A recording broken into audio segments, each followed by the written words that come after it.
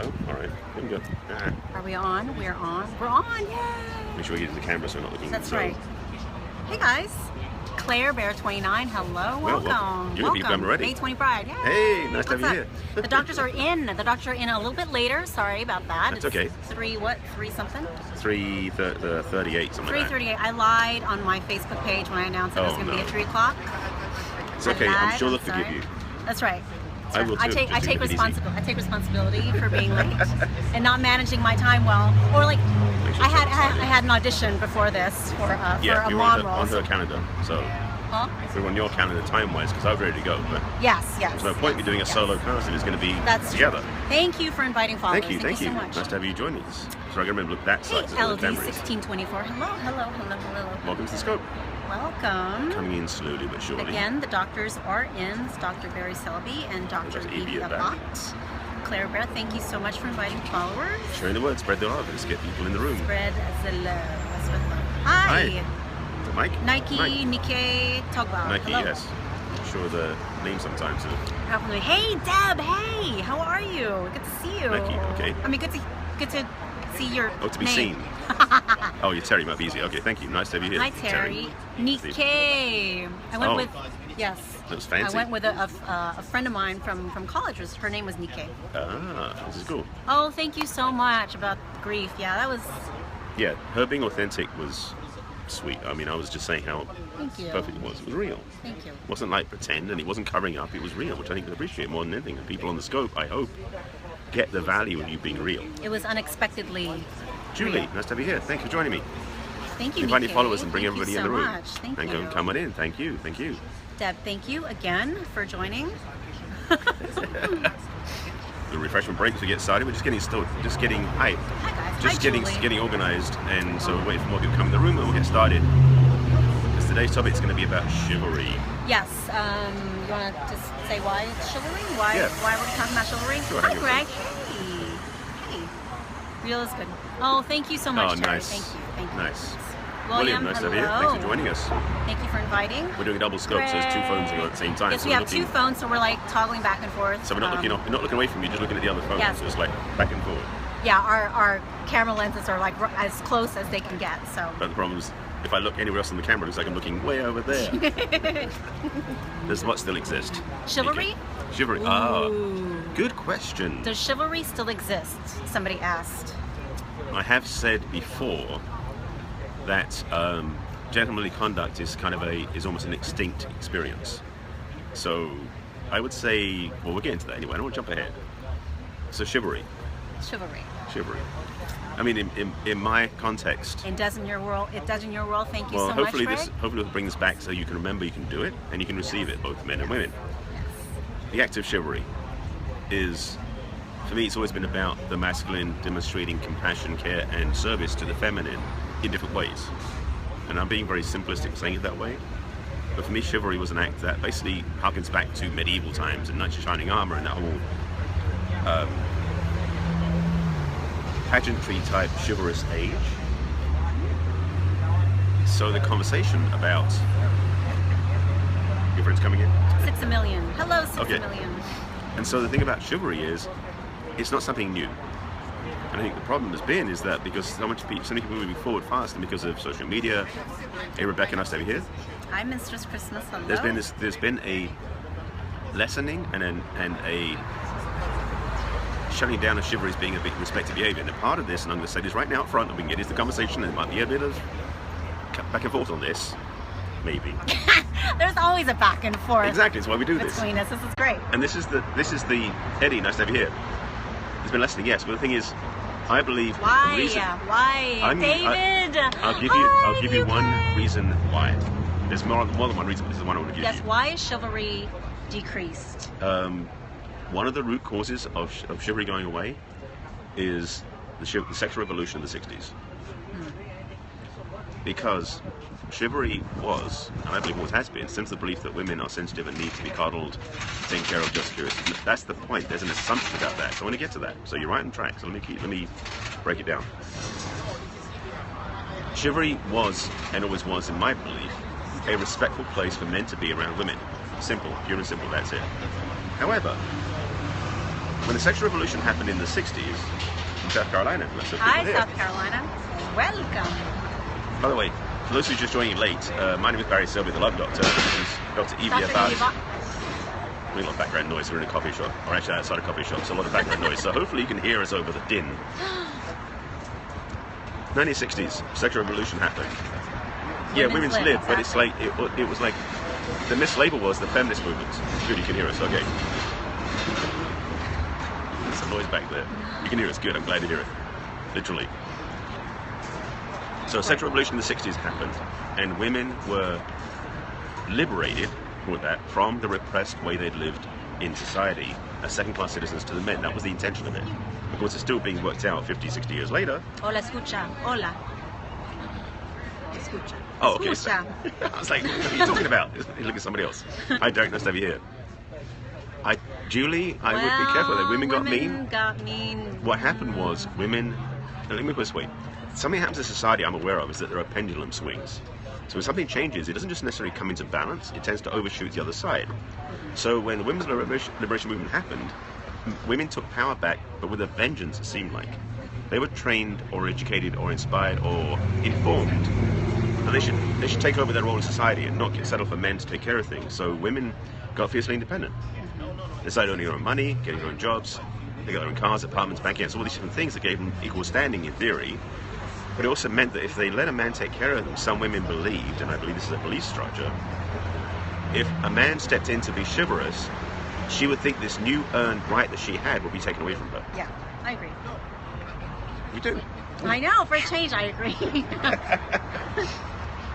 It's not like men willing to give up the power. Actually, I would say in a way, it's beauty bliss.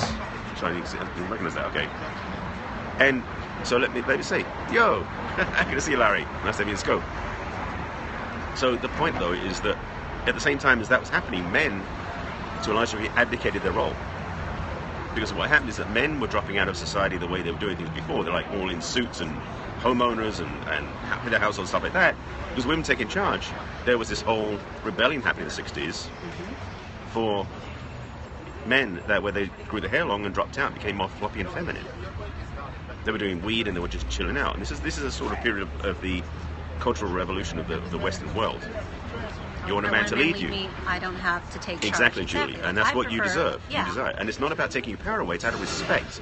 Because some women still, and I have this issue because when I open doors from Zulupa, wow, nice to have you here. Hola, Zulupa. Hola. You're showing off the Spanish. Thank you there, Larry.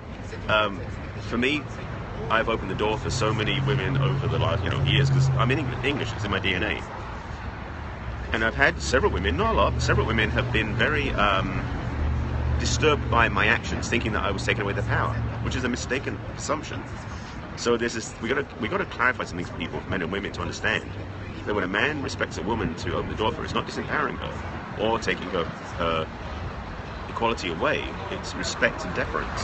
I think May 20 Bride had a really good point, is that men didn't quite know how to as women were changing roles in society, men had to figure that out too, and I think they're still trying to figure that out. Yeah. Right now, they're. The challenge also is that we're now dealing with in culture with the millennials. Exactly. Who are so out of touch with that paradigm. It's like us seniors, over 40, who actually know how to deal with it. Millennials just don't know. They don't have a clue. They don't know. I mean, even guys my age don't know. Hey. Older guys, older gentlemen that I've dated, they know. They know. They open the door, they pull my seat out for me. It's amazing, and I feel like a queen. I do feel like a queen. That's the key right there. So for ladies, just to hear that, when a man does that for you, it's not it's about empowering, supporting you, and then you feel like a queen. Yeah, I absolutely love that. Julie, the roles did get confused. Right, Mistress Christmas, exactly. That was his point. Was the 60s and 70s made people a little bit, You have to appreciate the woman. We were changing paradigms at that point. Yeah. And the change happens incrementally and slowly, and I think it's still changing. Yeah. So. Been married 9 years and he's still at the door. Larry, that's awesome, and I hope it never changes for you guys, because I'm sure that, and I trust also that your wife appreciates that, because it's not just about just doing it anyway. Burning bras. Indeed. That was one of the famous things about the 60s sexual revolution for the women. Bras? Set them free, girls. Set them free. It's a lot healthier, too. Hey, are we going to a different conversation now? Hi, Michael Merlino. Exactly. You can be equal strong doesn't mean we don't want the respect. Right, exactly. Exactly. So, ladies who are watching this, yes, it's great that men will take... Thank you, Larry. Too much information. I also feel the boom of single mothers changed how men grew up also. Yeah. It's true. It's true. A lot of boys didn't learn from their mothers how to be gentlemen as much, sweet. unless the mother really got it, because there wasn't a man to lead them or show them. Yes. That's one reason I'm part of Perry Dudes, is because part of the mission of Perry Dudes is to help younger men learn some things from us more seasoned people like men. Well, I have to say that... His wife would even not go for you. Oh, great. Thank you. I mean, I've opened doors for guys, and I have to say that where I really learned chivalry was in Argentina, which is a very macho society. Yeah, lots of American countries are. Oh my gosh. But I learned... Oh, yeah, Larry, we're doing two phones side by side. Yes. So Evie's phone's next to mine, so we're getting to both sides. So that's why there's other questions coming up for answering, so it's not just this phone. So, yeah, two scopes at once. But I learned high bones. But I learned to wait for the guy to open the door. I mean, it's hard now because I'm in the United States. I'm just like, I can open my door for me myself. I can make my coffee myself. But but in Argentina, it was really nice. And here, whenever I go out with somebody who has impeccable manners, it's just like, oh my God, this is such a luxury. Even though I can pay my bills, I can, take care of my stuff. It's still really nice to be taken care of. And there's a whole conversation that goes beyond this, which is about who pays for dates after the first, second, third time. And from my point of view, and it's been an interesting conversation about women, sometimes women know more than men do. So if a woman buys, does that take away his power? Is it less gentlemanly? So it's a question you have to work out between each other. What's real bad is when you open a door and you get no thank you. Yeah, ladies, not only that, thank you. It's just manners. I've opened the door for a woman and had to look down her nose at me like somehow I was taking away her power. And that really was like, and I'm just looking at it going, honey, you got your own power. I wouldn't dare take it away. You're way more powerful than I would even count on. But I wanted to open the door because I respect you. And she was like, oh. Just please and thank you. Yeah. Please and thank you. It's easy to do. But the thing is, again, many women have gotten into part of the journey without the other side again. Pendulum swing not into balance. Or when a woman says she can do it herself. Of course. But the thing is, a woman can do things herself. And I'll still say, and yes, but I want to do it as a man out of respect for you. I want to help you. I'll take your power away, not to make things harder or easier, because I just want to. Whoa! I think maybe it's less to help the woman, but more to sort of honor her. Yeah, it's a respectful thing. And most are not brought up like that, though. Exactly. Nowadays, I don't think guys are right. Show the love for chivalry. You will say thank you. It's kind of there you go. Perfect. Exactly. That's a great thing. I love it. I absolutely love it. Marriage conclusion should have respect for people and do what feels right. That's a point too. Yeah. It's not taught exactly. But people think they're going to lose their power by somebody doing something else in a certain way, like doing an action for them. They suddenly go, but it's my space, and I'm really nervous about losing it. And you doing this will take it away from me. It's a very confused thing. Yeah. So one thing I want to speak about chivalry, and it's such a simple thing for men. So men watching, and ladies, I'm sure you're going to get feedback on this. One thing I taught and I forgot to do myself and got in trouble with a friend of mine once because I didn't do this, was besides the thing about opening the doors and with their seat and with their coat, is for men walking on the street side of your lady. Love it. Bingo. I absolutely love it. It's such a simple thing. It really is. But it's a beautiful lost art. I absolutely agree. It's not lost as much as it's been tarnished, I would say. It's still around, just not in great use. Definitely not by the younger set. Oh, they haven't got a clue. Sorry. And so 20-year-olds that I've gone out with, all the 20-year-olds that I've gone out with. And something happened when I was up in the Bay Area 2-3 years ago. So they don't get splashed by puddles or mud or whatever. And basically because the hazards are on the street side of the road. The street side roads, the cars are there. So a man stepping on that side is implying that he'll protect her as a physical chivalrous act, which for a woman is very reassuring. Exactly, Greg. Exactly. Now something also on this level too. I was in the Bay Area about 3 years ago with a friend of mine. We were having lunch, we were having dinner one night, hanging out in the city center in San Jose. And I saw this couple go by, and I almost got out of my chair to go grab the guy by the shoulders. Hey, Jenna, nice to have you here. I almost got out of my seat and shook him by the shoulders because what I saw was, it's a beautiful summer's day, nice evening. She's walking out and she's got a beautiful little summer frock on with high heels, makeup, and a handbag. Looks very cute. He's walking along with torn shorts, flip-flops, baseball cap on backwards. And I immediately felt that was so disrespectful for the woman. So men, listen up. When you take your girlfriend, your wife, your partner, your date out for an evening, dress the part. See, I love dressing up for dates. I love it. I feel like I'm dressing up for me because I feel pretty, and I feel if I honor myself, then the guy will look good. So the guy better step up too. You better step up and look right, good. Exactly. Okay, put on a nice shirt and a nice pair of pants. Exactly. Closed-toe shoes even. Make it really authentic. So right. Exactly, Jenna. Yeah, word. I like it. Jenna saying preach. Younger women have lost feminine qualities, traits. Yeah. What's been foul happening? Mouth. I have a potty mouth. But I can. She does. But I can behave. Everything else I think makes up for my potty mouth. I mean, But the thing about this again is the part of the younger generation is, I won't say necessarily it's becoming androgynous, but it's becoming so role non-specific that the men and women switch roles without thinking about it, and it's just this. I know one of the latest things happening is post-millennials, I guess, the younger generation still, is they don't go out on dates. They go with all their friends and they hang out somewhere and then they pair off. Let's hang out. So it's not even a romantic one-on-one private date, it's in public. Or let's Netflix and chill. How's that? Remember that? Netflix and chill, right. That's hilarious. But I've gone out with guys who have impeccable manners, like beautiful, beautiful manners. But it really that's just so surfacey in comparison to who they are. I mean, I've gone out with guys with impeccable manners who aren't really nice guys, or who are immature, so it was a shell, emotionally unavailable. It was like the paint job, but it wasn't who they were. Exactly. So rusty underneath, sort of thing. Exactly. Yeah. Exactly. Yeah. The Netflix and chill. To the words out of your mouth. Yeah, exactly. Netflix and chill is, when you're... It's a euphemism, I guess. In your 6th month or something. Okay, maybe not 6th month. 4th month or whatever, and you're more familiar with each other, and you're getting to that more intimate place. And you can Netflix and chill. I have no problem with it. But in the beginning, it's just I don't want to go to your place and Netflix. And it's not your default.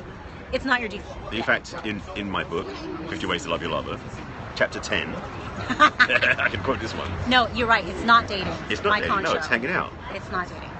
So, chapter 10 in my book, 50 Ways to Love Your Lover, by the way. It's on Amazon. It's on my site, blah, blah, blah, blah, blah.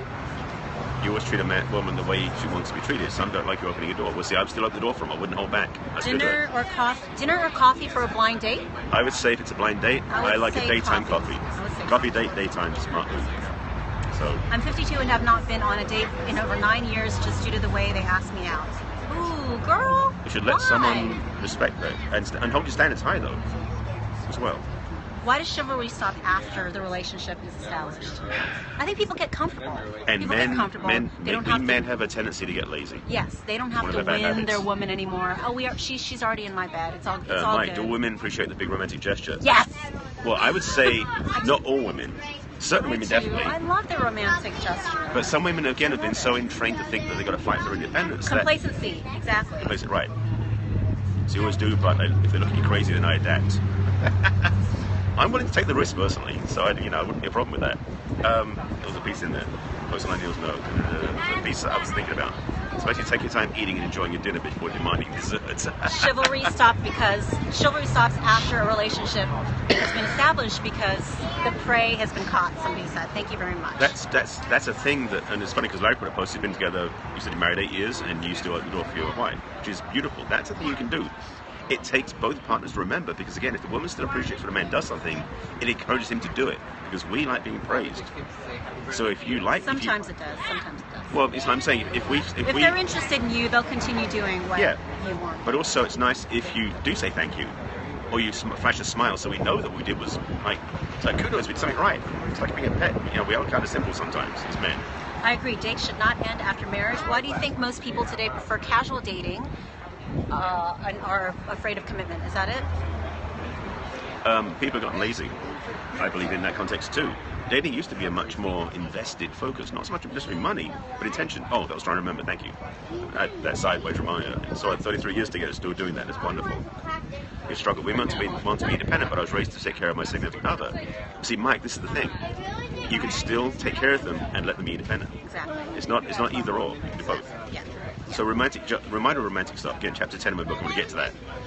I decided to write a silly chapter, and what I said in the chapter was that if you're not sure what to do on dates, go on Google or some other search engine and do romance space how-to. See what shows up, and you'll get like 15 million choices of romantic gestures. I actually created an ebook out of it that I give away to people because it's so simple. Because it's that simple to find about romance. You know, flowers, dinner, and a movie gets really old after a while. I find they just want to sleep around. The guys want to sleep around. Some of the women do too.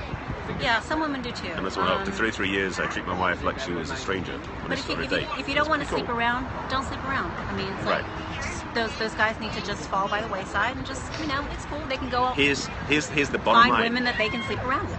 And that's ladies, gentlemen, ladies. Yes. Raise your frigging standards. God, yes. Because you can have what you want, but if your standards go down, you're going to get what you ask for. But what if you think a guy? Can romance be an ongoing thing? Absolutely. I think so. It dies out for a while. It's gone. You put in the effort. I mean, love is a verb, right? If you care and you love someone, get creative. Find out what you like. So one book I recommend, besides my own, of course, is the Five Love Languages by Gary Chapman. Book. Because that book talks about the way that we expect to receive loving and how we think loving is given to us and how we give it. The 5 love languages. Yes, Gary Chapman, Chapman. It's on. What's your love language? Mine is quality time. Actually, mine's 2, I think. I have 3. Of course you have 3. Fine. Very complicated. And touch is important to me, definitely. So that's the thing, is that if you forget those things, then it's hard to be romantic with each other. It's hard to stay connected. Right. I just want a good man to kneel in front of me. That's a good start. Bow down. Bow down. What do you do after that, though? Sorry, coming on the other screen, so you're wondering. My mind is going... Yeah. Oh, which book that? The second book was The 5 Love Languages by Gary Chapman. You find it, and he's got like 4 or 5 versions with teens and with other relationships too. He also has a blog. I think. Yeah, he does, and you can do a free test on his website. Yeah, you can do a free test on his website. He has suggestions for every single love language, and he's great. It's absolutely wonderful. The name of my book is 50 Ways to Love Your Lover, the number 50. You can go to 50waysToLoveYourLover.com, which takes you to my site. There's a link there for Kindle and for Amazon, and the ebooks on my site too. You get all there. I've dated an engineer. I've dated several engineers and lawyers. I tend to get a lot of analytical guys. Very, very analytical guys. I don't know why. I think they appreciate my joie de vivre. I don't know. And you got some depth to you, so you I have some depth. And you can think for herself, which is also good. It's true. I don't want to sleep around. Yeah. Yeah, but the thing is, if you're single for 9 years, but you're still focusing, cops are best to date. Interesting. I've got friends of mine who are cops, and their dating life isn't necessarily easy. So, different conversation. Well, let's go back to the not. She's been single 9 years. She hasn't had a date in 9 years. And goofball as well.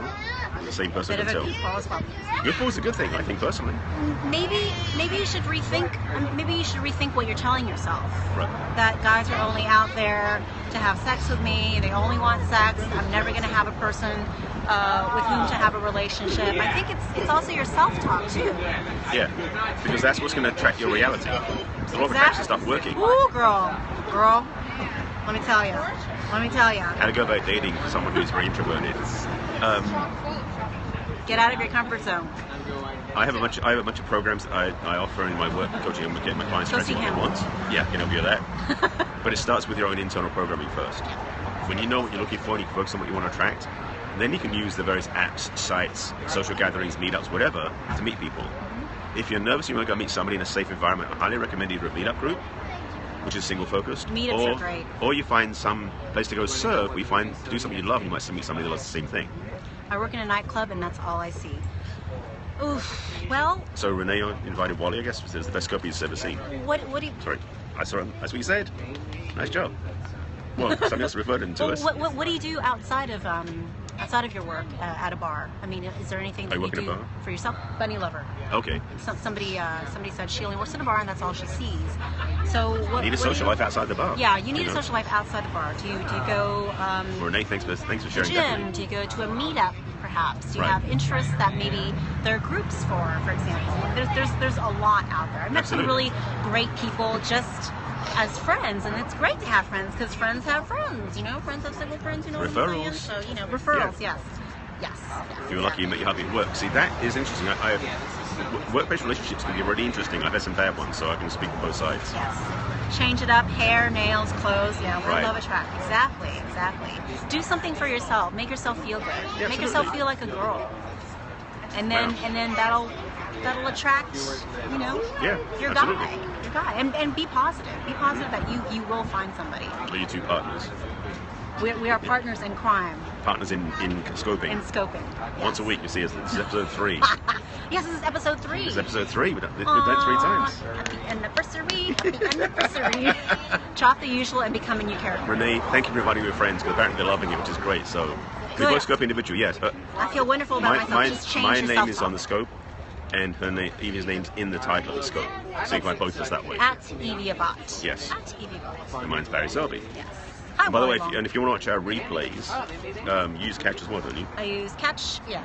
Catch.me, it's at EviaBot, and Catch.me /Barry Selby. It's Catch with a K, so it's katch.me/ then my handle or her handle, depending which one you watch. And you'll see 3 of ours. This is their 3rd one. But I love scopes. I've been doing love scopes 5 times a week, and I have a whole category. I now separate them out into different categories. So I have actually categories for love scopes. I organize them. I've got 350 broadcasts and about 220 are actually love scopes. Fantastic. Okay, you guys have any questions? Any questions for us? Any questions? On either screen. Pick our brains. Thank you. Thank you. How do you find it? That was going to say, that's what I was saying, the old broadcast. Catch.me. With a K. So KATCH.me. M-E. And then look him up. My name Barry Selby, or her name EviaBot. Oh, after discovering all this new intellectual Evie, I'd romance her if I was at her. Aww. So what are your thoughts on long-distance relationships? There is no easy answer.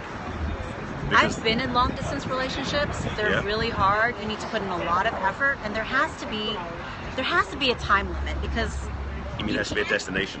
Yeah. Because you can't really tell if you guys are really able to get together long term. Here's one if you're not in the same country. Here's one thing is one of my I'm just got out to me. So if you're in a long distance relationship, Renee will get that question to remind me in a moment. David, what's up with that? 3,500 miles we need in 4 years so far. So here's the thing: if you are in a long distance relationship and you've been dating for a while, one thing that's to my book is early in the relationship you take a trip together somewhere we both are not known. Well, my friend meets his girlfriend in her country. No, in her country. Which is her own turf. Yes. And the truth is, you're getting to know better what each other's like when you both go somewhere you don't know anybody. Yeah. I've been with my LD for 8 years. I'm here and he's over there. Wow, that's hard. That's commitment. It requires a lot of commitment. And you get away with having a lighter relationship because you're not spending you're in each other's space 24/7. Exactly, and that can work for you. That can work. Yeah. It doesn't work for me because I want to establish a rhythm with my guy. And have fun. So what is the key to long-lasting, healthy relationship? Keeping it fresh, keeping it real, and being honest with each other. Because the thing is, for me, how deep can you go with somebody? How many layers can you get through to get know somebody's authentic truth and share your truth with them? Renee, you had a question about rekindling romance. Was that the question you had? Yeah. Sorry, I'm seeing both sides. So he's looking for U.S. work and then marriage. Yeah, it is hard. It is hard. But Michael, you really want to be together in the same country. Both of you are very clear about that.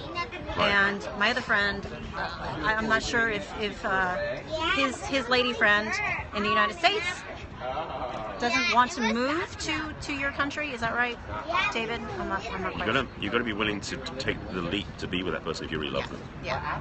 So. She can't. What do you want? In the end, it's like, what do you want? What do you want? And can you guys? It's just a deeper question. Maybe we can answer on the scope. Yeah. I'll go where she is. Okay. Why haven't you? That's a good question. Do it. What do you mean by learning each other's truth? What holds you together beyond that? Ooh.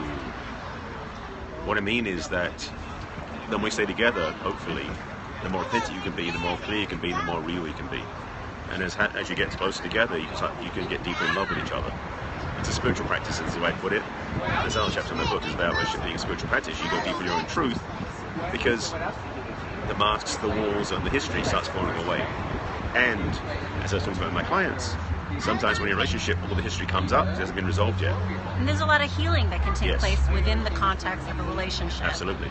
But the thing is, we sort of project our shit onto that other person. Well, this guy makes me feel like this, blah, blah, blah. Reminds you of your dad or your mother. Exactly. Whereas we need to take, we need to take a look at ourselves, take responsibility for what we are doing to block love.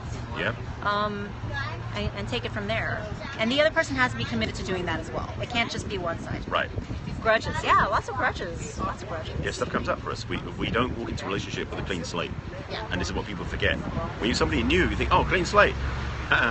No. All your history comes with you, and all their history comes with you too. Yeah. So basically, when you meet up, it's you and them and all their baggage. Your husband has problems supporting you working. How do I get his support on that? Well, you could be really simplistic, say, bring your money in for the house so we get to both benefit. But what's his fear? Maybe he's worried about you maybe escaping or running away because you're not dependent upon him. You'll find out what the motivation behind it is. Because that could give you some clarity, I think. Michael Mapes said that nobody makes you feel what you feel. You create your own feelings. You choose your own reaction. You choose your own reaction. Absolutely. Yeah, Michael, right on. Yeah, absolutely. But people don't know that. They say, well, you made that happen to me. It's like, oh, so you're a victim of their upset. Exactly. That gives them way too much power, right? Yeah. Terry? Other screens, right? I'm feeling ya. Yeah, we're on two phones at once in case you're wondering what comments are coming through that you don't see. It's on the other screen. You are kind of deep, Michael. Why are you playing for the other team? I mean, Sorry, what do you mean? Michael Mapes is not on my team. I mean, he likes your sort. Oh. Hi, Greg. I mean, so what do you mean that? Because I'm straight, but I mean, it's what I mean. So he likes playing on the same side, as it were. Yeah. He always has the control over money, so I think he fears what you just said. Right. So that's the thing, Renee. You have to be willing to tell him the truth, which basically is that you're not going to be taking control away from him, but you want to express yourself, and frankly, he needs to support you. I mean, I'll tell him that if you want me to.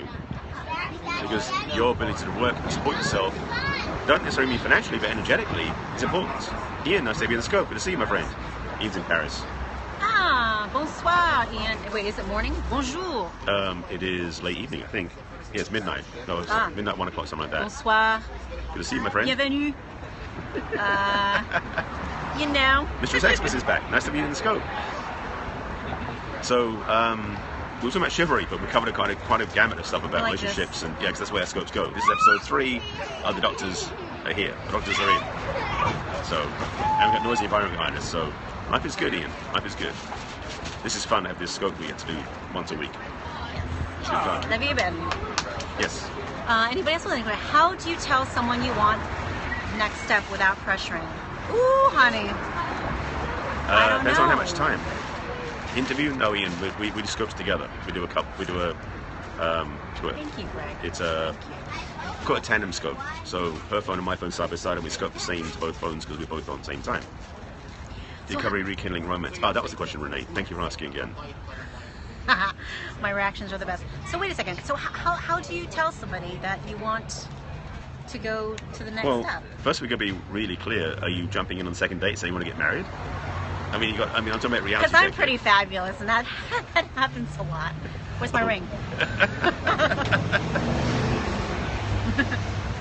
So it really depends on where you are in the relationship. You got to be willing to stand your truth. So it's like, if you want to go further, let them know. But do it from the point of view of authentic connection, authentic communication. No agenda, and you be unattached, it's even better. So Renee's question about rekindling romance. Just really quick, no more, hey, we've been out a while, let's be exclusive. See, I like that. I like when a guy says, it's very clear, and this has happened to me once in my whole entire life. Oh. Yes, this has happened to me once, and when it happened, let me tell you, I so appreciated his clarity. He said, Evie, I know we've been intimate, I'm going to shut everything down, eHarmony's going off, Match.com, I just want to date you. Of course, it didn't work out because he was a control freak, but what? But and show up. Yes, as mentioned. But I mean, I really appreciated it. Oh, I need to tell you this. What happened? Ooh. So I went out on a You'll date. witness the first thing. I went out on a date with this guy. Really nice person. Just a wonderful person. I just wasn't feeling any chemistry with him, and I know he wasn't feeling chemistry with me. But we had a great time. Mm-hmm. And he wrote me a text. This was after our second date. Okay. First date was coffee. Second date was dinner. And he said, "Hey Evie, I hope you're having a great day. Blah blah blah. You know, I hope you don't mind if we just keep our relationship just friendship, because I hope so, because I really like you and I really like hanging out with you. You're great. Let's go see a movie together sometime." And I thought, that is cool. a man. Yeah. That is a man. He knew exactly what he wanted. He said exactly how he felt. He was totally aligned with what he wanted, and he was able to communicate that to me in a way that was sweet. And this was only on the second date. What nice. more? That's clean. Yeah, exactly. And that's the thing about being honest, authentic. It's a powerful place to be. It was amazing, and I so respected that. And that doesn't happen. Most guys are just like, Often. and it doesn't happen often. Most guys are just like, just disappear. Yeah. Exactly. Or the text is not coming back. You text and nothing happens. Yeah, and that's happened. That's actually, I was talking to my girlfriends about this, and it's happened to my friends so many times. Right? It's like this. Yeah. So, question, I'll get back to Renee's question in a moment. Is it worth staying with someone who isn't emotionally supportive, but amazing in other ways? See, the thing is, emotional support is part of the relationship paradigm. And if you need that to thrive, and they don't deliver it, you've got to reconsider what you want. Back to Renee's question, because Renee's asked me like twice now. I keep getting distracted with the question. So let me say this, Renee. I trust you're still here. Hey, Big Red, nice to have you here. Big Red. So Renee, rekindling romance. The answer is yes, it can be done. And it depends on a couple of things. If you've been together a long time and you've gotten into a rut, you need to change things up energetically big time. Yeah. Second thing is, if you got something that went under the bridge, like water went under the bridge, that was a discord, a separation, or an upset, or thing you got to work out the forgiveness to be able to be clean. Because if you had some things where it separated you two from each other energetically because you got upset, hurt, whatever it was, and then you want to get back together and do romance, 14 years, that's a long time. You want to, presumably you still want to make this work. A long ass time, Renee. Which is good. It's amazing. Hopefully I'll get to that one day with somebody. But the thing about it, this getting back to this context, is that we think it's easy to get romance going when you've still got issues with each other. Blocked because something happened. Maybe your partner cheated on something or did something really bad that didn't get forgiven. If you don't have the forgiveness for healing the parts in the past, romance makes no impact. So, Renee, to rekindle romance, you've got to be clean with it, is what I'm trying to say. Does that make sense? What do you think about sort of reevaluating your relationship like every 6 months? I've heard that kind of helps. Where are we as a couple? If you're doing it like a spreadsheet, that ain't good. Well, no, I mean, because Pat Allen, for example, Dr. Pat Allen, she's a relationship person. She talks about how marriage is a business. And so Pat Allen has some interesting perspective, and she's gotten some old-fashioned values, which I understand. But she speaks a lot of truth. Yes. I'm going to be careful because I'm never getting deep on this one, I know. She's very controversial. Controversial. She stirs things up. Yes, she does. And personally, I believe that some of her values are very old school. Since you have had children, it's been difficult to find time, Renee, yes. So let me speak that quickly because I know that friends of mine had this. You've got to be able to make time for you two together. You need to have date nights. You make time. Carve that shit out. And you've been together 25 years, married 14. I love these relationship stuff. Big Red, I've seen you before. I know you're one of my friends.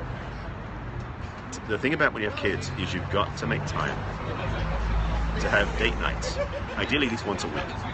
So you get a sitter, or you have someone with a kids sleep over somewhere else, so you can have a night to yourselves, you can stay and have a whole night to yourselves. Cheap motel. Cheap motel, right, go away for a night.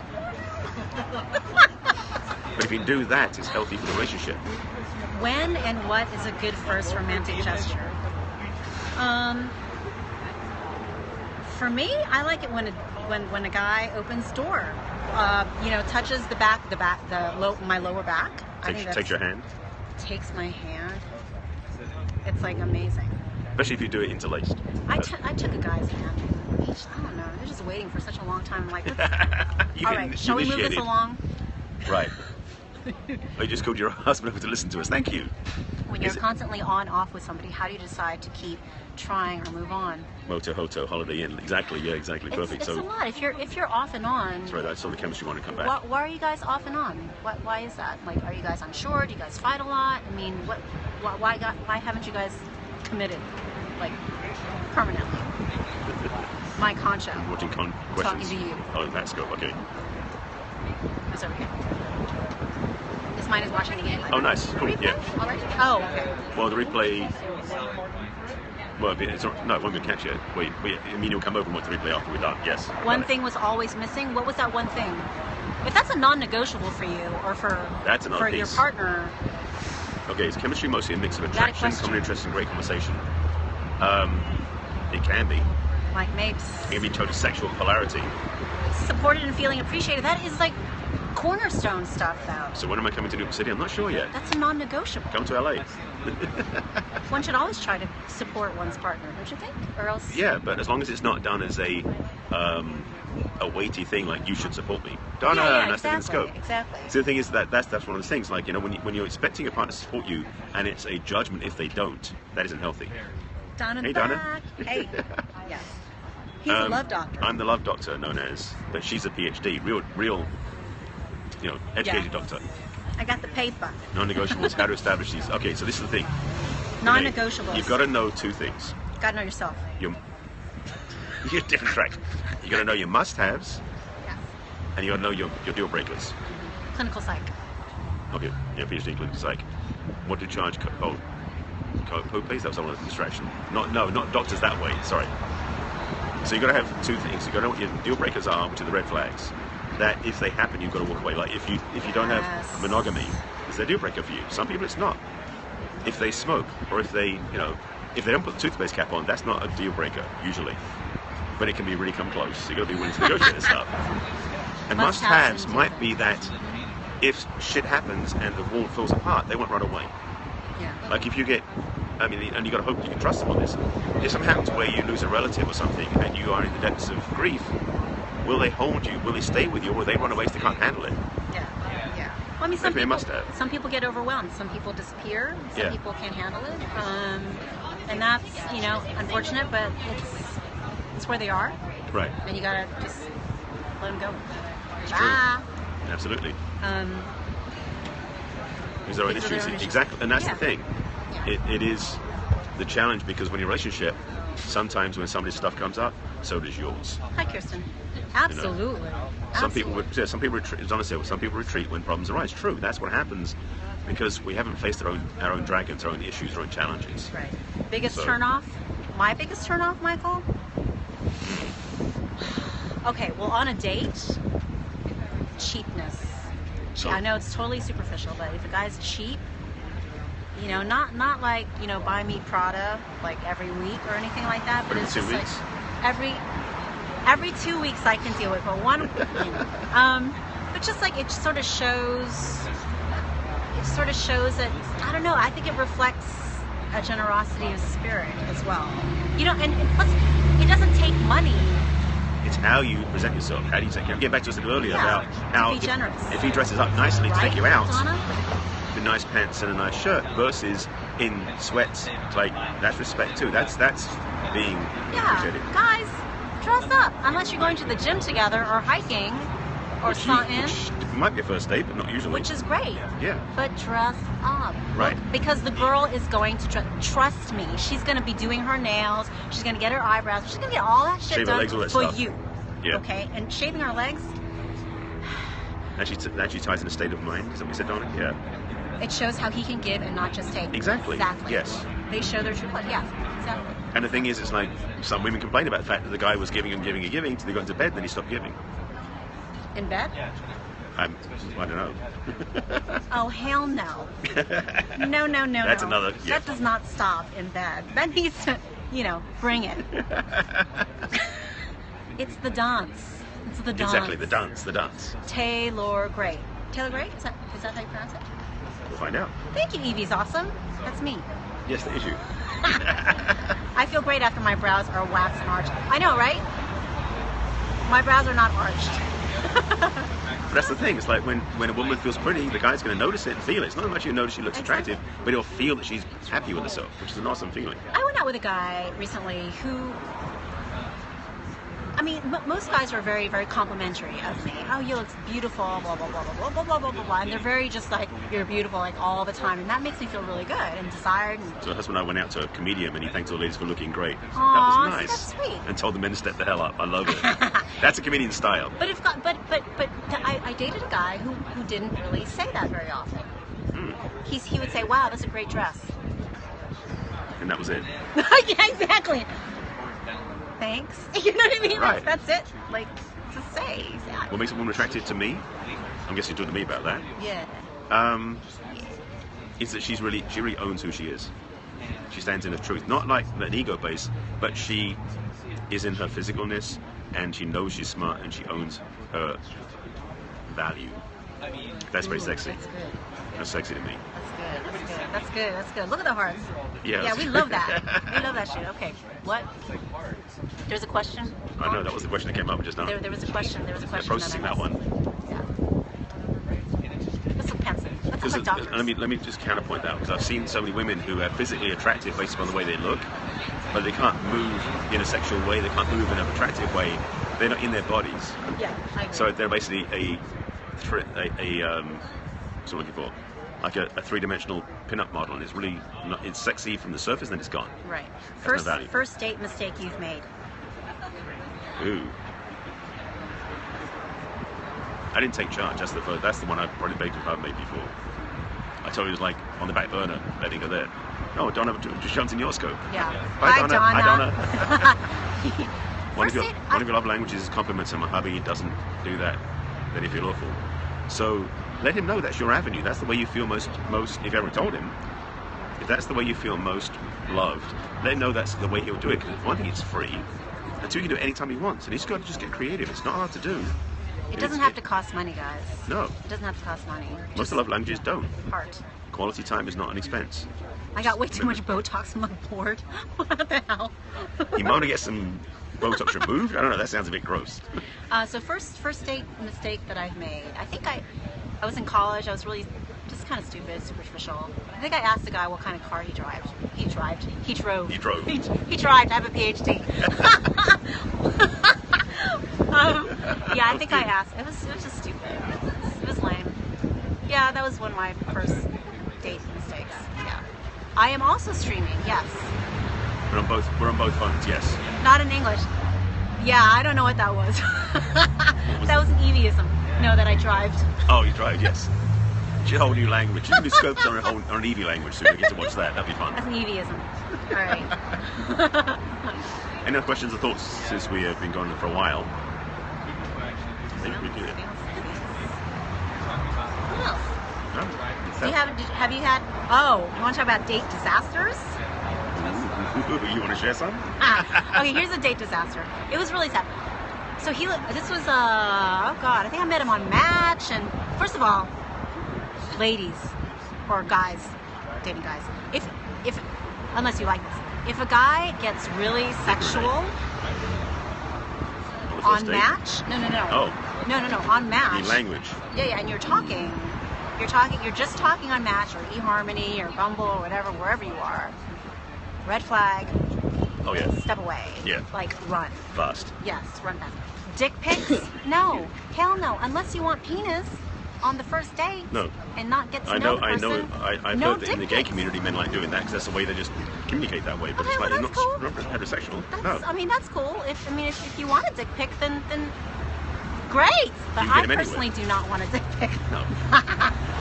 I don't. I'm curious how some people after a long relationship can jump into a new one days after. That's rebound. Well, sometimes it's rebound. Sometimes I've heard people actually like getting married to the next person. And sometimes it's largely because they haven't healed what they didn't heal in the previous relationship, and they jump to the next one to feel like that person will heal them. And they then marry him to lock it in, and then 10 years later they're wondering what the hell they did. Right, exactly.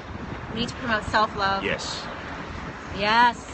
So we need to promote self-love. Women are constantly being told that they aren't good as just they are, and that is absolutely a problem. Yes. I know I suffer from a lot lately. just like that I'm not enough. Like, what did I do wrong? I'm not enough. I'm not pretty enough. You are enough. I am whole and complete the way I am. No, it's just like, you know, especially if you hear about an ex who was supposed to be really super gorgeous. I know this in Argentina. Like, she was gorgeous, perfect body, and I'm just like, I'm just me. Oh, the comparison track? The comparison track. Dangerous. It's just like, ooh. Yeah. You know, I mean, you can only be yourself. I can't change myself. So if you don't like me, then no good. I'm not for you. So yeah, no comparison. No comparing. No. Comparison. That's another word. Comparison. Okay, someone making notes in your trackers, we have a document and Wikipedia for Evie's language. We all need to love ourselves. Absolutely, yeah. That's actually part of the work I do with my clients, is self-love practices as part of the work. Yes. Oh, thank you so much. So glad your energy radiates right through. That is so cool. I'm chopped liver, but you're good. You're chopped liver, but I'm vibrant. All this is vibrant. My concho, you jumped ship? Hey, you got Donna on your scopes. I didn't get some of mine. Against you. Okay, that's all I'm saying. Hey, no playing favors here. That's all right. There's all this love. Ah, he jumped back on mine. Stop! Wow. I'm confused. Don't flip-flop. Mike, you're so frigging trained. Don't flip-flop. Who is this? It's Matt. Matt, good to see you, my brother. Hello, Matt. Hello, Matt. Yes. Well, thank you. I sparkle too. Thank you, Palmer. If I'm comparing you to someone else, I can get show done characteristics. They're evil. They're X'd. Huh? What? So I didn't catch that again. I missed that comment too. Say that again. We joined the wrong one. Gotta go with the cutie. That's me. Just want. It's okay. I'll forgive you for that one. No argument. She is. Well, what else? What else, guys? What else? Yeah. It's like with chivalry, but it's about the whole paradigm now. Because you're not going to see us until next week, yo. Not together, anyway. Okay. Not on scope. Not scope. Once a week. Once a week. We don't know when. And those coming in late, by the way, this is episode 3. We've done 2 before this. That's right. We've done 2 before this, and you can catch us on either of our Catch Me accounts, Evie at EvieAbot or at barryselby at katch.me. There you go. Great advice. I'm not sure which part you're on saying good advice to, but sounds good. Anything else, y'all? Anything else? Any thoughts, questions, anything else? When I'm compared to their ex, I tend to get evil, so they see a characteristic their ex didn't have. That's not a good thing. Yeah, I don't need comparison. I just. And if your partner is comparing you to the ex, you should tell them to get present.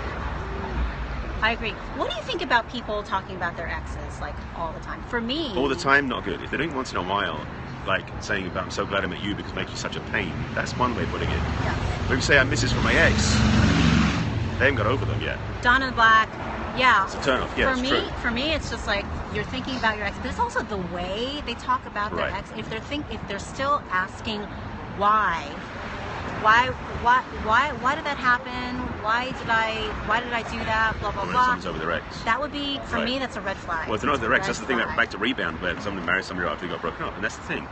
A large part of this work is you've got to be willing to do the work when you separate and you're in a relationship, so you can be clean to move into the next one. Exactly, and that takes time. That takes time, and it's natural to ask why. Exactly. Why did you stay too long? Why did you put up with so much crap? Blah blah blah, and that's fine. But the thing is, once you stop asking the why, then you know you're good.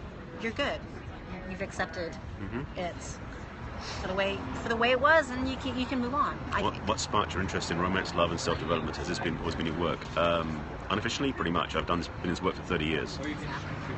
But I only really hang out my shingle about 6 years ago after I went through some major transformational work with a teacher that really for me honed in on what the masculine and feminine paradigm really was. And when I saw it was like, I've got to teach this stuff. And so I wrote my book, started teaching. It's what we've been doing for the last 5 years, 6 years. So, yeah. And Periscope is the platform to share it through. It just works for me. Anything else? Another question? Algo más? Anything else? Unfortunately, when people go by, it's a busy place today. It's a coffee shop. It is very busy.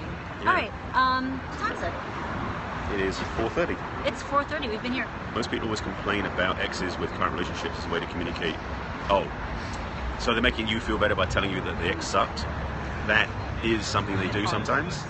But someone just be present. Someone I really care about says they're not over their ex. Time for me to move on. Yes, if they're not over their ex. Or to have them go see a therapist or a coach or a counselor pretty quickly so they can get over them, so you can stay together if you really value being with them. I don't know. No? If that person, for me, if that person's talking about their ex and I feel they haven't moved on, then it behooves me to send them packing. Yeah. But sometimes we don't, because it's just like, but I'm wonderful. You're gonna love me eventually. I'm fabulous. Yeah, and then you overstay your welcome. Right. And they're still not over their ex, so it's like, why? It's just too much effort. Pop culture. Hey, Keith, how are you? One of your friends. It's cool. Yeah. Hi. Okay. And so anything else? Any questions before we say bye-bye? No, Sab. Yeah, by the way, if you've been enjoying the scope now, if you missed, we've been on for almost an hour. It's hard to make that statement when they tell you they really care about you. Yeah, well, the thing is, it's mixed messages now. Yeah, I mean, they could totally believe that they care about you, and they probably do on some level. But do they want to be in a relationship with you? Can they be in a relationship with you if they're not over their ex? If they're still somehow invested in that ex? If they, you know what I mean? Then you just have to question: can they be 100% present with you in a relationship? Right. If they have ties, somehow, emotional, mental, something, to the past. They can't be present with you. They just can't. They just can't. Oh, thank you so much. We do want to make people think. That's you what better we do. think. Oh, yeah. No, I'm English, not Australian. Now they are in a relationship with two people, you and the ex. Exactly. That's a menage a trois you don't want. And somebody's going to get pushed out eventually, and hopefully you walk out. Before that happens. Exactly. I know, Mike, I'm sorry. It does hurt. But, it's hurt less now than it will down the road. Exactly. To be honest. Gotta love yourself first. Yeah. Love yourself first. Starts with yourself. It does. It starts with self-love, men and women. Yeah. Self-love. For both, not just for the women, for men especially too. And be clear. Be clear with your person that you love and care for, and just say, look, it's like you have stuff you need to take care of. Mm-hmm. I love you. I send you off in peace, and that's it. Yeah. It doesn't have to be mean or dramatic. No. So pain fades and strengthens your next relationship bond. I agree. But pain sometimes needs to be healed because it will come back if you don't heal it. Because the thing about, as I said this before in scope, when you fall in love with somebody, your heart opens up to love them. All that pain that's been hidden in your heart is going to start coming to the surface to get cleared. Unless your partner's really strong and holding the space for that to happen, it's going to get in the way of you two loving each other. Again, that's why I really recommend people who've got pain and hurt from past relationships, heal it before you go to the next one. Yeah. What does Marianne Williamson say? Is that love brings up everything that is unlike itself. Love brings up everything that is unlike itself to show you what needs to be healed. Yeah. And it can be healed in the presence of love. That's why I'm the love doctor. I do surgery through love or something, healing with love. Yes. Love surgeon. No, that's a bit too clinical. Oh my God, say that again. Okay, this is not me. This is not my brilliance, unfortunately. Love brings up everything that is unlike itself. To be healed. To be healed. Yeah. To be healed. Any kind of relationship, friendship, a romantic relationship. Stuff gets triggered. Stuff gets triggered, and it's natural. Love shouldn't be this possessive thing. True, you should always have the ones we love best interest at heart. Marianne Williamson. That includes yourself. Love should be a self-supportive interest too. Yes. Right. Because when you have love for yourself, then you have love that will just spill out over the other person, and it's no effort. And that shifts out of the codependent into the interdependent model. He loves his Thank you, Betsy. accent. Hello. I can't do it. I can't do it. I can't do it. I was going to say something. You just put me on sideways. Thank you. I'm sorry. So this is the point, really, about that codependent model. When you think that when the other person loves you enough, you'll feel okay, that's the trap. How to deal with jealousy. That's a big question. That's a big-ass question. Renee, you've got some good questions coming up, and they're really big ones. I'm like, oh, great. That's a whole other scope, I think, almost. Jealousy is difficult. It always... Jealous of who? It depends. It's contextual based, because the thing is, if it's jealous of your current partner because they're remembering their ex, that's a different conversation than if you're jealous of somebody else you don't even know. So qualify that one, Renee, please, because jealousy is not something you say easy answer to easy question. When I got together with one of my guys, he was still stuck on his ex-girlfriend, this beautiful, perfect being that obviously I was not feeling. And I was jealous for a long, long time. But at the same time, I had to look at where I was in my life at that time. I had no friends. I just moved to Argentina. I had no support system. I was alone.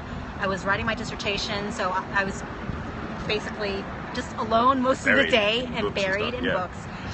Could not communicate very well as I wanted to in Spanish.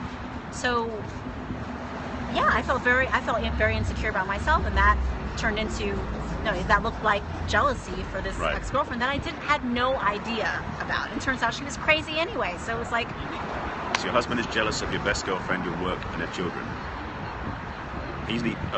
My thought is straight on that one is he doesn't love himself enough. He thinks that you're dividing your love between him, your work, your best friend, and your children. That's not true. But he doesn't trust himself to love himself first. Say that again. Basically, you spend time, but because the truth, I would say, Renee, that your husband has a lack of love for himself because he's looking to you to give the love that he needs. Yeah. When he loves himself enough, then he won't be as attached to you loving him all the time, so you can have room and time for your best friend, your projects, your kids, your work, all those other things. And you can't love somebody enough to fill their cup of self-love. Right. You just can't. You just can't. Yeah, I'm sorry, it is deep. It's a bottomless pit of need. And we've been so trained to externalize everything, to look out there for the love that we want, forget it's in here all the time. That's a whole spiritual conversation. Because so great. I should have seen that one coming. God, I remember that song from way back. The Whitney, the George Benson version, there's 17 versions out there. She can sing, I can't, so I'm not singing that one. Don't ever love past your limit. Exactly. Well, love. We so are. How do you tell him what he needs? You can't love somebody. You can't over. The challenge, Renee, is if he's open to grow, he's open to heal, he's open to change. If he's not, then there's no easy way to tell him. If you, without sounding a nag. Well, the thing is this: if he's grabbing onto you, he's a nag of your energy. You got to talk to him and say, "Honey, this is not working. We need to do something different." And maybe you want to go see a counselor together. If our own cup is full, the rest should be easy. Right. Yes, and that's where the effortlessness comes in. The trap is that when you get loved by somebody else, it's a cup with a hole in it. So you have to keep getting it filled up again. But it's so addictive. Right. You know, it's just like, God, this feels so good. Somebody's loving me, loving on me. Right. You know what I mean? Mm-hmm. And then you just forget, oh shit, I got to do that work for myself. And that's the lesson that comes up again and again for many people. Exactly. Exactly. Yeah. It was deep.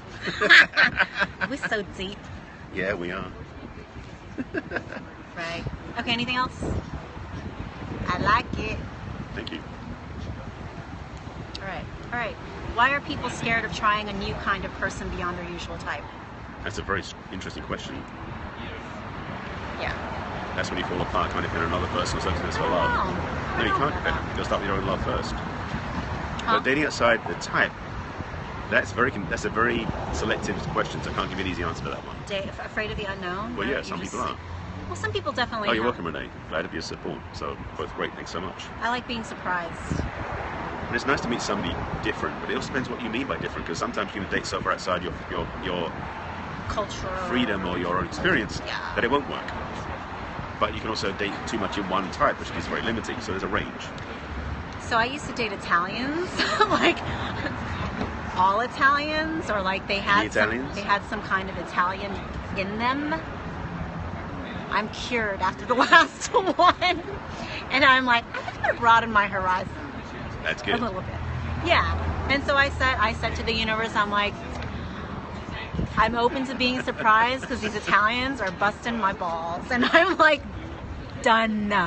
Okay. With Italianos. So if you're Italian and you're watching this, sorry, she's not available to you now. Just send me your resume. Just send me a picture. You're 6'3" or taller, an Italian like me. Right, Michael? You feeling the sausage? Did I say that? They're friends. I think they're friends. I can say that. We're Joe show hosts, so we talk like that. That's one of the. Now I'm with a 5'8" Irish boy. Yeah, and you know what? I'm sure it was just like you just want to be surprised. You want. The universe will always send the essence of what you want. And it's what I learned from Jacob Glass, who is another unbelievable, amazing teacher.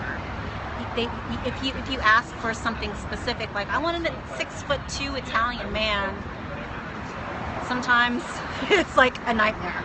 But if you ask for the essence of what you want, you sort of broaden the universe's pick. It's the quality, not necessarily the data points. Ooh, data points. It's hot. Jacob Glass, he's awesome. He's great. Okay. He was he used to substitute for Marianne Williamson, actually. Oh. At the Save Man Theater. Yeah, I remember that name now, yeah. He's crazy. He's super crazy, super gay, super amazing. He's great. He's a good teacher. He's a great teacher. Right. It's also what you're attracted to, yes. Because he didn't pursue me hard or try to get me into bed. Oh, he respected you. Yes. And that maybe what spoke to your heart more than his looks. Yeah. I feel you, Michael. I feel you. Cool. Chivalry. Back to the beginning. Chivalry, yes, exactly. Chivalry. That was thing. Let's go full circle back to the beginning again. You're so good, Michael. Thank you, Michael. You. All right. What is this, relationship advice? Yeah. Yeah. That's what we've been talking for the last hour. You're late, hun. Yeah, you got to go back with the replay. We're signing off soon, so. Yeah, we're signing off soon. Basically, because I got to pee. I got to pee. Chivalry gets me into bed all the time, right? It's amazing. And you said that publicly. I said, I have no filter. I don't care. I have no filter. Chivalry gets me into bed all the time. Yeah, it does. That's a good way of summarizing what we started with at the beginning with. Well, I gotta pee? We started with chivalry, now chivalry gets you into bed every time. I know, it seems to put together. It's true. And it's a surprise because most people just want to hop into bed. You're welcome, Palm. I don't even know the names, you'll see what Palm is. Yeah, thank you. Shall we sign off? I think we'll sign off because the questions be quiet, but thank you for watching the scopes. Yeah, thank you so much, and make sure you follow us on Periscope individually, my handle, her handle, in our titles. At Barry Selby. And at Evie Abat. At Evie Abat. You want to say your Facebook page? My Facebook page is Barry Selby, and actually all my social media is Barry Selby. Just signed up on 2 new sites. So whether it's on Twitter, Facebook, Instagram, all that stuff. Yeah. It's everywhere. Instagram. And my website is that too. barryselby.com is my website too. Yes. Instagram and catch me. I am at Evie Abat. On Facebook, I am Dr. Evie, DoctorEvie. Say hey. Okay, bunny lover. All right. Thanks for being here. We can sign off. Bye, guys. Ciao. Bye, Bones. Bye.